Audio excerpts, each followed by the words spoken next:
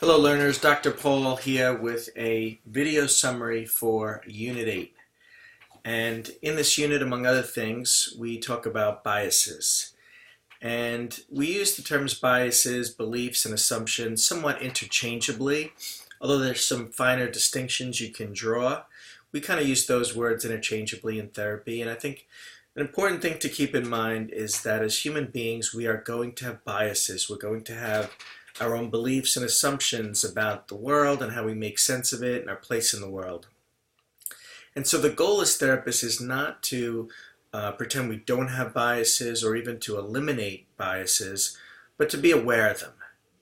And an awareness of your biases helps you to put them aside when necessary and enter and join your client's worldview. And as therapists, sometimes we have to enter into some strange belief systems of our clients in order to most help them to transform themselves.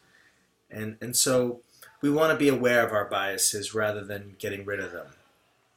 I think some of the biases that are most important in therapy are the subtle ones, the ones that are easily taken for granted, that are biases that are steeped within our own psyche or our own culture or even the culture of our family of origin, for example, that we tend not to question because we're so close to them.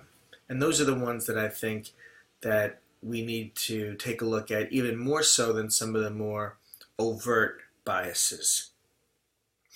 As systemic therapists, we have a little different take on the idea of transference. So traditionally, transference is this idea that you transfer onto a person. In our instance, the client or patient transfers onto the therapist feelings that they have for somebody else. And the related idea of countertransference is when a therapist projects those feelings that they have for somebody else back onto a client.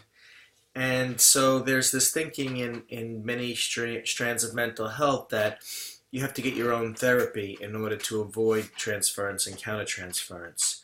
Not surprisingly, as systemic therapists, we tend to take a more non-pathological view and say that yes, transference and countertransference occur, but it's more about being aware of that process and taking action in terms of getting supervision, and more of an awareness and less of a focus on the pathology of the therapist in needing to sort of work through issues or heal their own psychological wounds, which you'll find that language in more traditional mental health, psychology, social work, etc.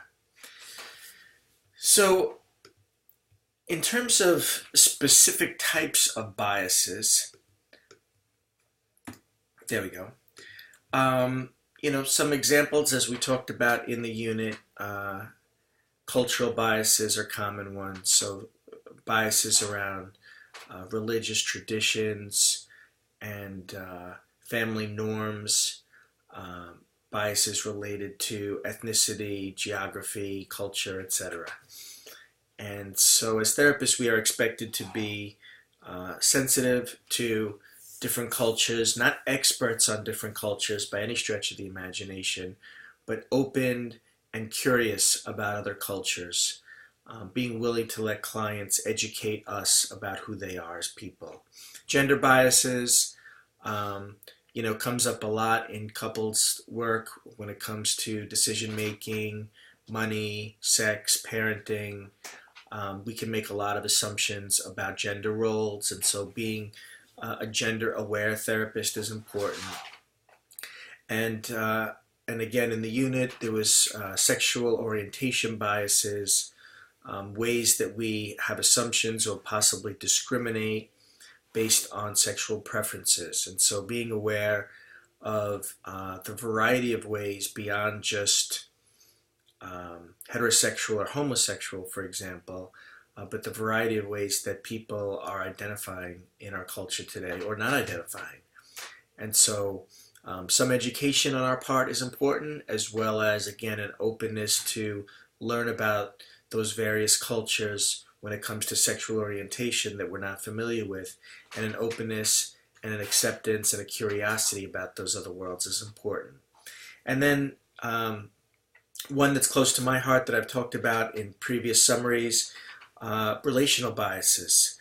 And this is one that we are starting to introduce to more and more therapists in the field, about how as therapists we come built in with some biases toward partnering paradigms, some biases toward traditional marriage of one person based on love, a monogamous relationship until death do us part, and being able to first and foremost be aware that you can be relationally biased toward the traditional marriage, and you can be unaware that other partnering paradigms exist for people, not just in different cultures within our culture, but in different life stages, and the variety of ways that people based on their life stage are partnering or their life circumstance.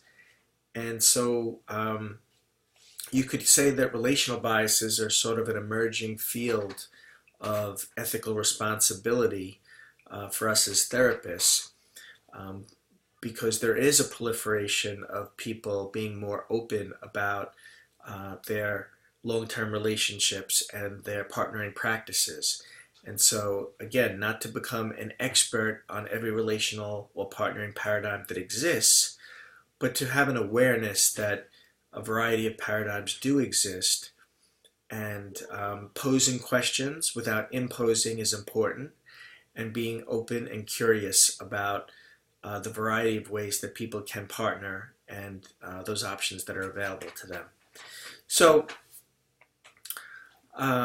based on what you've heard and what you've read in this unit and anything that I might have said, reply that you were able to view this video, and certainly you're welcome to ask a follow-up question of me, or list something that some of my talk here might have sparked in you, a follow-up idea or something that stood out for you. Okay, see you soon.